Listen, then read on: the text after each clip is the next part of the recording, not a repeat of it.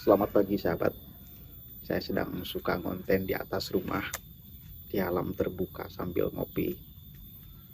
Di belakangnya banyak pepohonan yang cukup rindang, cukup sejuk lah, biar pikiran juga ikut sejuk. Saya sedang memperhatikan Pak JK akhir-akhir ini banyak marah-marah. Tidak mau menerima fakta bahwa Prabowo Gibran itu angkanya 50% lebih. Saya cari-cari apa sih masalahnya dengan Pak JK ini. Kenapa Pak JK ini sampai nggak terima, sampai marah-marah, sampai nggak percaya, shock luar biasa melihat suara Prabowo Gibran itu angkanya di atas 50%. Ternyata ketika saya cari banyak statement-statement Pak JK itu yang merendahkan Gibran dulu. Bahkan ketika ikut kampanye dengan Anies, membersamai Anies. Apa yang diucapkan Pak JK? Masa mau kalah sama si Gibran? Lalu dulu itu orang memprediksi bahwa keterlibatan Yusuf Kala di dalam kampanye Anies itu akan mendongkrak suara luar biasa dari pasangan Amin. Ternyata faktanya gak terlalu signifikan, saudara. Nah, mungkin ini adalah faktor-faktor Pak JK ini marah-marah melihat suara Anies di bawah luar biasa Prabowo Subianto, karena dirinya yang merasa tokoh, yang merasa mampu mempengaruhi orang lain, yang dipramingkan orang mampu memobilisasi massa untuk kemudian memilih pasangan Amin, itu nothing. Tidak, ternyata bos. Enggak. Bahkan kalau kita cek, jangan jauh-jauh lah, di tangga TPS-nya itu Amin kalah. Di tetangga rumahnya, dekat rumah Pak JK, Amin kalah. Anies Muhaimin kalah.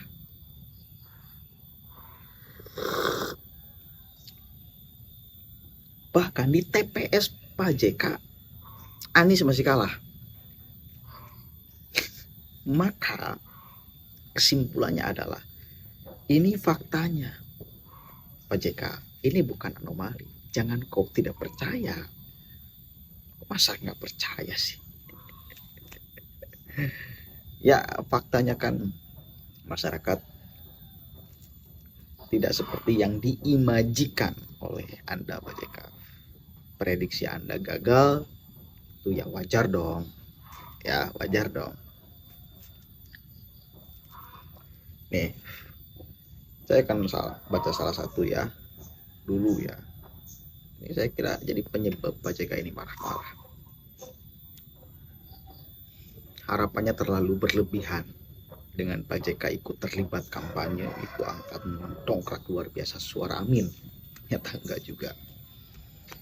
Keterlibatan Yusuf Kala bisa dongkrak suara Amin di Pilpres. Juru bicara Tim Nasional Pemenangan Anies Muhaimin, Muhammad Ramli, mengatakan keterlibatan aktif Wakil Presiden ke-10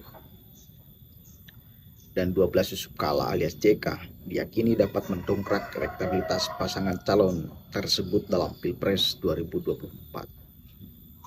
Hal itu disampaikannya setelah melihat JK turut mendampingi calon wakil presiden Cawapres Muhaimin Iskandar saat berkampanye di kota Surabaya, Jawa Timur. Saya kira ini tanda-tanda kemenangan Amin. Kenapa? Karena Pak JK pasti punya hitungan yang cermat bahwa Amin pasti bisa memenangkan Pilpres 2024. Nah, bayangan-bayangan ini yang tidak sesuai dengan kenyataan yang membuat sakit hati.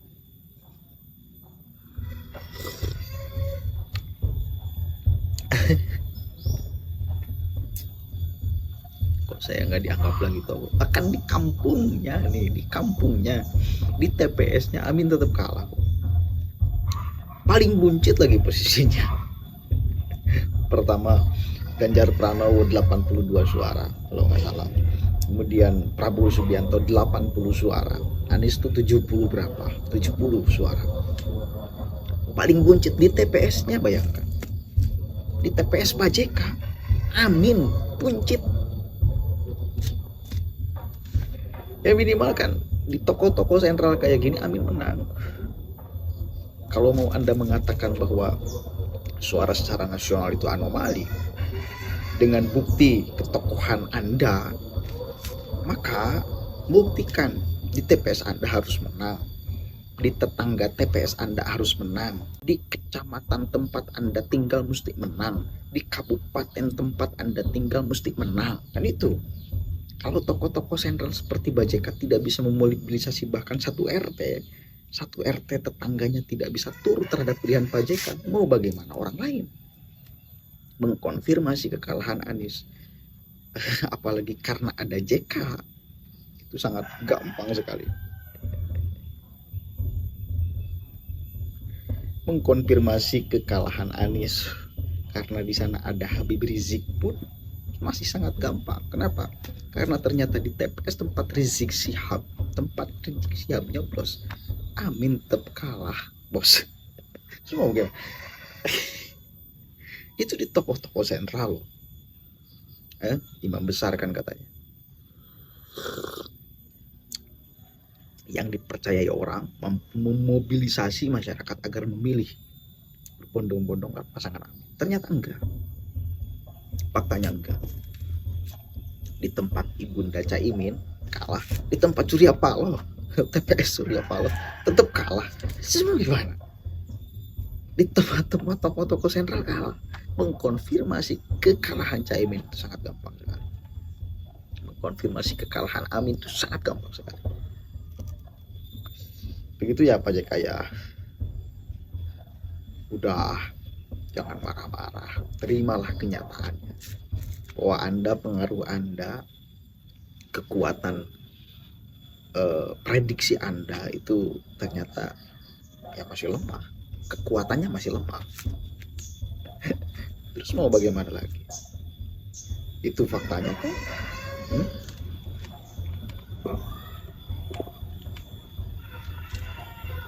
Mau bagaimana lagi? Itu faktanya. Jangan mengatakan ini anomali ya. Itu faktanya. Anda gagal memasarkan Anies dan Caimin supaya dipilih oleh masyarakat. Anda terlalu pede. Anda terlalu pede dengan nama besar Anda. Ketokohan yang Anda punya mampu menggerakkan masyarakat agar memilih Amin. Ya. Tokoh besar dan akan diikuti oleh banyak orang itu hanya bayangan ternyata Pak JK. Kalau Pak Jokowi tokoh besar dan diikuti oleh banyak orang, itu bukan di bayangan saja, tetapi di realitasnya. Jadi jangan membayangkan bahwa kita ini besar, sikap kita akan diikuti oleh banyak orang, ya. Tetapi kenyataannya berbalik. Dengan kepedean. Sakitnya luar biasa, bos. Bila harapan tidak sesuai dengan kenyataan, prediksi tidak menjadi kenyataan, keyakinan tidak menjadi kenyataan, keyakinan timnas Amin, keyakinan JK masa mau kalah sama si Gibran ternyata kalah. Mudah-mudahan ada manfaatnya. Berikanlah pendidikan yang baik Pak JK kepada masyarakat. Jangan terus ngompor-ngompori, jangan mengucapkan kalimat-kalimat yang justru irasional di dalam proses ini. Anda kan tokoh bangsa, mantan wakil presiden, ya, terimalah kekalahanku sebagai kenyataan.